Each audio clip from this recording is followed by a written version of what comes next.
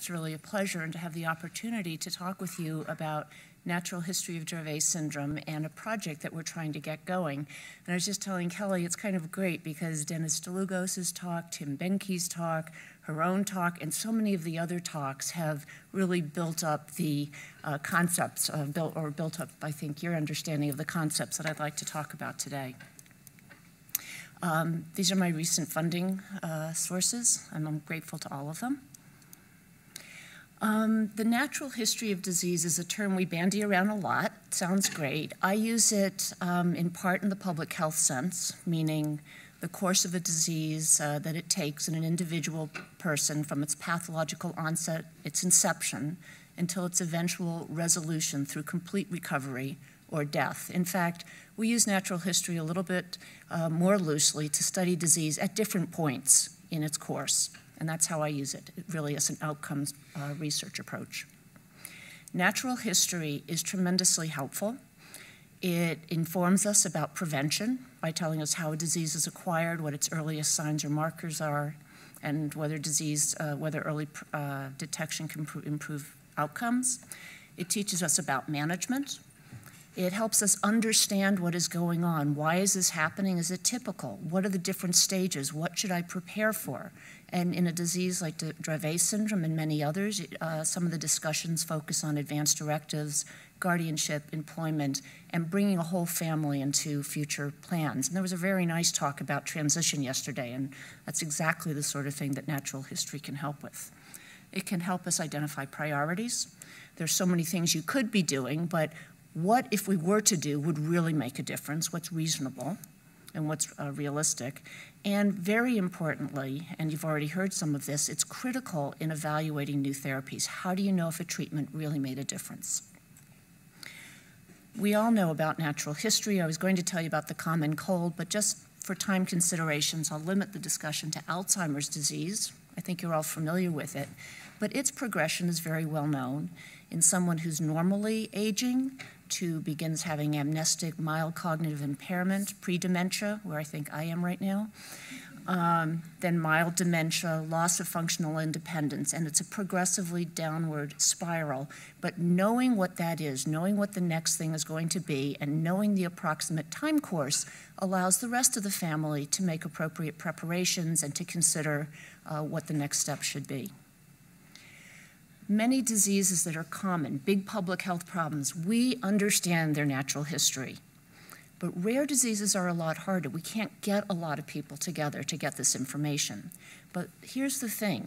Rare diseases are rare, but about 10% of us have a rare disease. As a public health concern, rare diseases are a big public health problem. And there are many reasons, not just the orphan drug law, but many reasons that we're now starting to focus on them.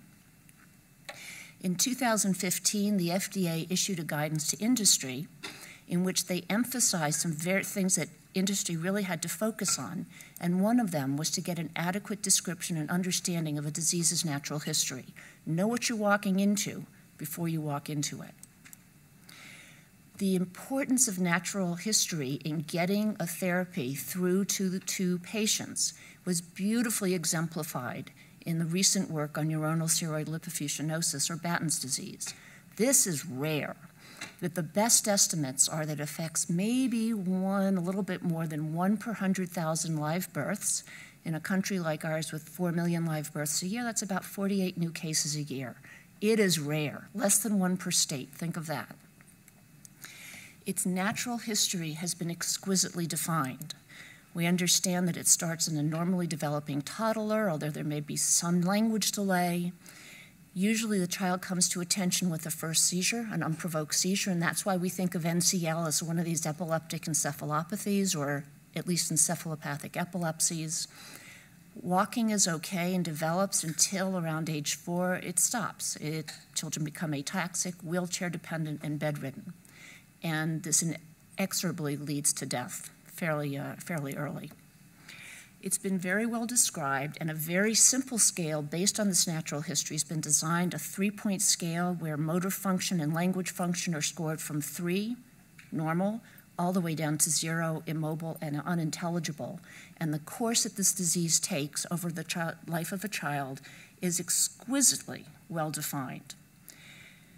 So much so, remember, this is a rare disease. Doing a randomized trial is hard. You just heard Dennis Flugos talk about how hard it is to get all of these patients together, right? 48 new patients a year.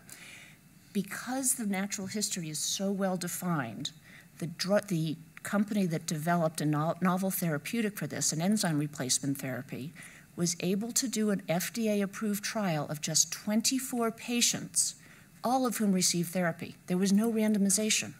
The control was the natural history, and they were able to show that patients who were treated maintained their level of function, and those who were compared to historical controls who we know would not. Early life epilepsies affect about 1 in 1,000 infants born each year in our country and elsewhere. It's about 4,000 people in the United States each year developing early life epilepsy. About 150 to 200 of them are Dravet. Other ones that you've heard of, KCNQ2, about 150 to 200. SCNA even rarer, although I think that's changing as we understand that gene better. But all of these are called epilepsies because they're characterized by refractory seizures. That's why they're epilepsy, right? But epilepsy is a lot more than seizures. It's defined as a disorder that is, has an enduring predisposition to generate epileptic seizures, but also by the neurobiologic, and that's a big word, it means a lot of things, but the neurobiologic, cognitive, psychological, and social consequences of the disease. You know, living with Dravet syndrome, that this is the case. Dravet syndrome, but also all of these early life epilepsies are associated with developmental delay and eventually intellectual disability.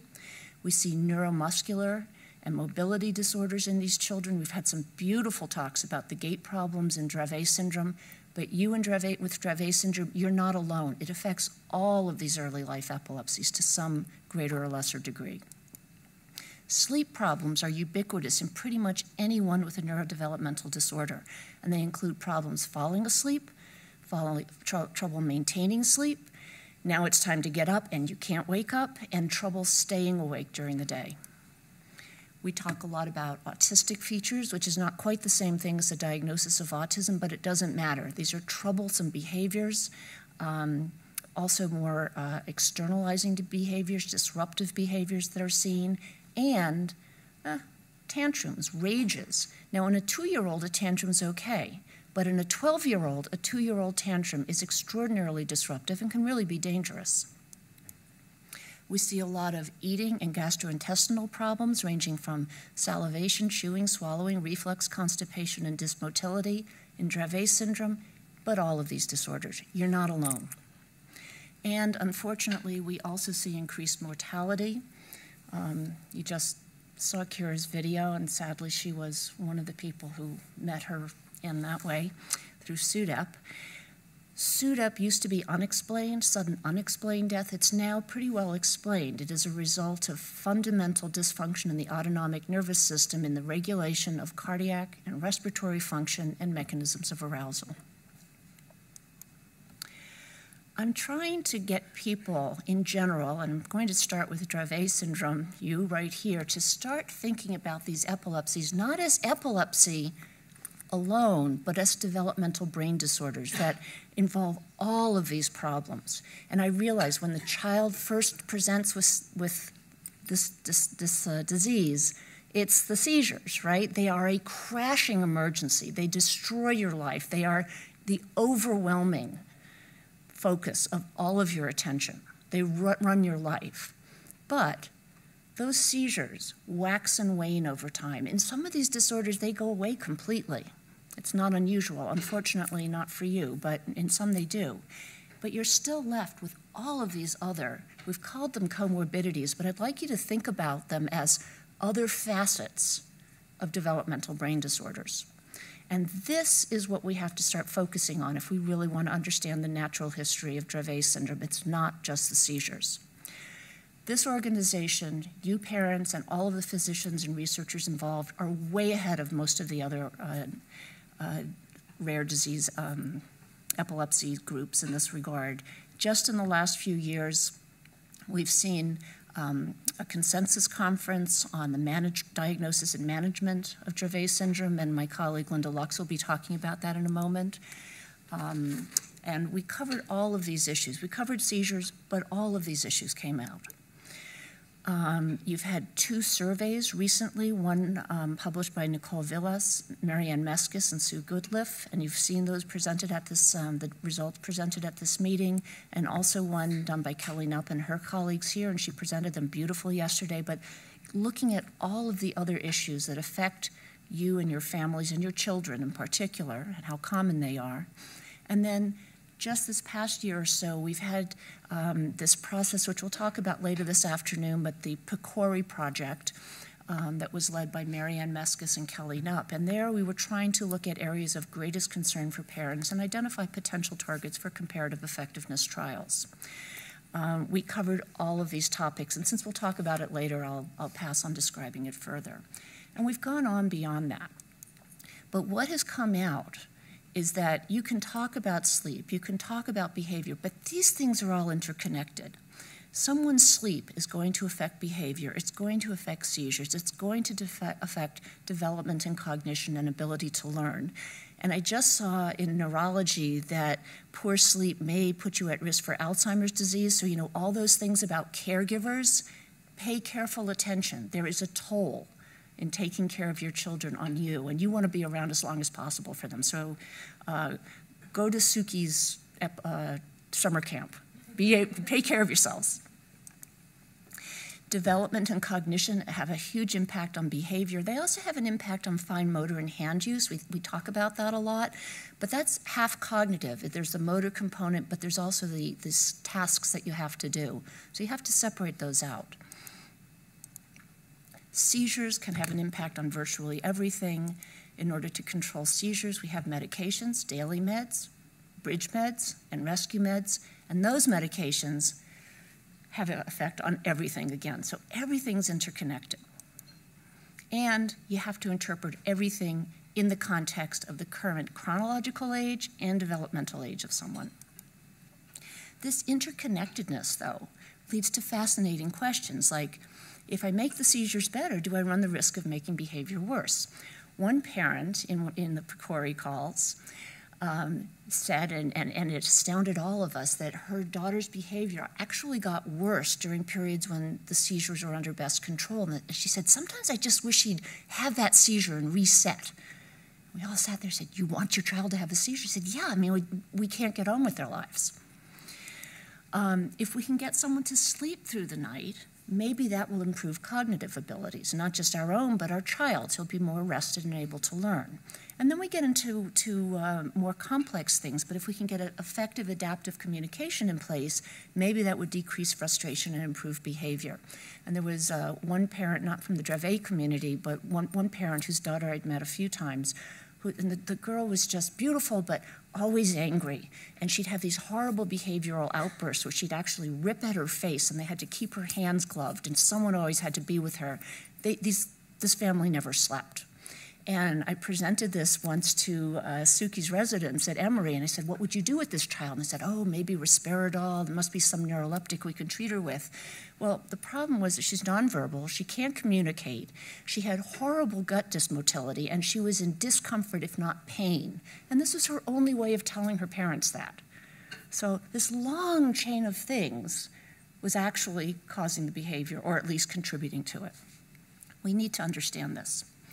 In order to understand it, in order to study it, we need to be able to measure it. And this is what Dennis DeLugos was just talking about, and Tim Benke too.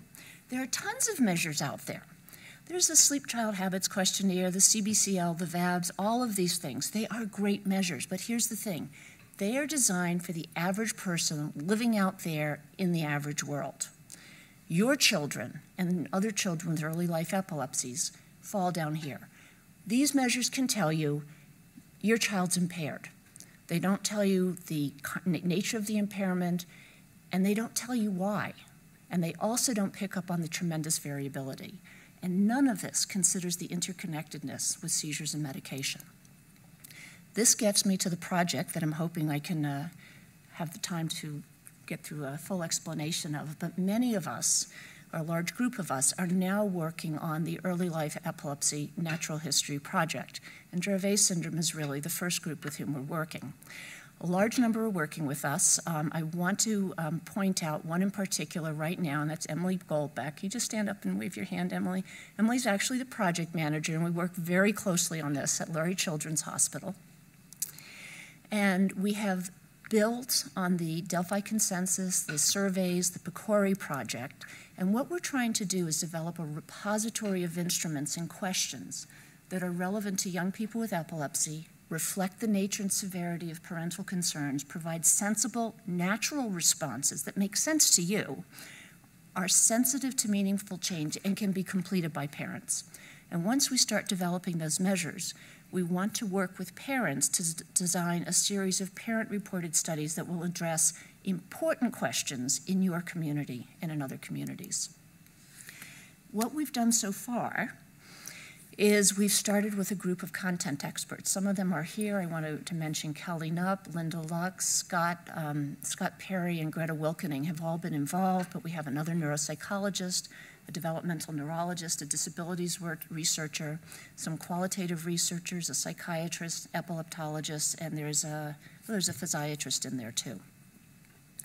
We've looked at all of these questionnaires out there, and then many of you have been tremendously generous with your time, and you've reviewed those questionnaires for us. Not taken them, but reviewed them. And our questions have been, what's good, what's relevant, and what's irrelevant, confusing, not helpful, and what should we ask in order better to understand what you're going through and what your concerns are. And the comments we got back were great. Things like, don't ask me if something's a problem. It's all a problem. It's just that I can't handle all of it, and this is the big thing that I'm going to deal with today. Many of the questionnaires ask you to say how much of a problem something is. Don't give us the CBCL or Vineland again. Our kids can't do that stuff. It's painful. And we went, through several of these, and we got tremendous feedback about what kind of questions not to ask, what kind of questions to ask, and how to ask them. We worked further, we sent them back to you, and we, it was an iterative process for a while. We're now at the stage where we would like to pilot a first version of these questionnaires, and that's where the help ask comes in. We have a web-based platform. It's powered by a rather novel program called Clearance, created by Jerry Nesbitt, who was the IT brainchild behind, brains behind the EPGP project, if you're familiar with that. It covers all of the same topics, the seizures, but also all of these morbidities that your children go with. And we've tried to build in some interconnectedness. And we need about 50 parents to take this and give us your feedback. I know you're thinking, okay, we did Mary Ann's survey, we did Dr. Knupp's survey, we've been in the REN, how is this different? I hope it is. It was designed with and by parents and with content experts. And it's more than a checklist. The intent is to quantify the nature, the frequency, the severity, and really importantly, the variability of all these different morbidities that your children have, and to try to understand the connectedness between these morbidities. We're also not doing this as a primary research. We want your input. There's space throughout the forms to tell us what's working, what's not working, what should we ask. And we do promise we will report the results back to you, to the Dravet Syndrome Foundation, through Mary Ann. They'll be posted on the website. And as appropriate, we will publish them and disseminate them to the professional and provider communities. Just to give you an idea of what the field's like, this is just one of the web pages looks like, and you can see we got sleep and seizures during sleep. Very importantly, if your child is not doing something fundamentally, like does not have academic skills, and you say no, you just skip on to the next section. You don't have to see all the questions that you're skipping, you just go. So we're trying to minimize that exposure to you. And very importantly for me, we actually have, so many of these questionnaires focus on what your child can't do. We have a section that focuses on what is your child really good at and what does your child really enjoy doing. And that's important too. And again, thinking of an epilepsy day camp, that's a little bit of that. But what really turns your child on and what are you really proud about in your child? The next steps, as I mentioned, what we're really hoping will happen is that we'll get about 50 volunteers from your community to take the full survey and really kick the tires, go through the whole thing, provide the feedback, and then help us design this so that it works for you. I don't want to lie to you, it is a little bit long because we covered all of the bases. If you go through the whole thing, it might be an hour and a half to 2 hours, but here's the thing. You don't have to do it all at once. You can go in, finish what you're going to do, say, okay, I'm done for now, and then come back. Although once you start it, we would like to get everything within a week, again, because we're interested in that interconnectedness, so we'd like things time synced, time locked. We'll give you the feedback, and then once we get this process secured, we'd like to come back to you and with your help design and implement a longitudinal natural history study. That means something that you do repeatedly over time. We want to find out what you are interested in prioritizing as a community. And it may be that there's a drug company out there that really wants to do something related to one of your comorbidities, and that's what you want to prioritize. That's great. We'll work with you and do that, and we'll work with them. What do you want to find out and why? And also, realistically, what are you able to do? I see your lives as living in a minefield. You're going along, and then suddenly, boom, everything's out of control. You're doing all of this in the interictal time period between those explosions. What realistically are you able to do in terms of participating in a longer-term research project? To take part in the study, you very easily just go to our website, except I have found out that the hospital server is blocking this particular link, but there's an alternate link. Also, there's more information in your packages, and this flyer is available on the app connected to this talk. So you can find that information there, and I asked Mary Ann to push through on the notifications this additional website, which does work. Very quickly, do I have a few minutes? Okay. Very quickly, I just would like to show you, if I can get there, what you'll see when you go there. This will take you to the website. You would go in as a family. Oh, wait, this is me fully logged in. Here we go. No, I'm going to log out then. Okay. You would go in for a family, and you can register your account. It's just an email address and a six-letter password, whatever you want. When you enter, you get the same information. It's the flyer there. Go ahead. There is a consent process. Oh, it's asking me to log in again. Oh, I hate it when this happens. Anyway, there is a consent process that you'll go through, and then, isn't this interesting? Not really. Oh.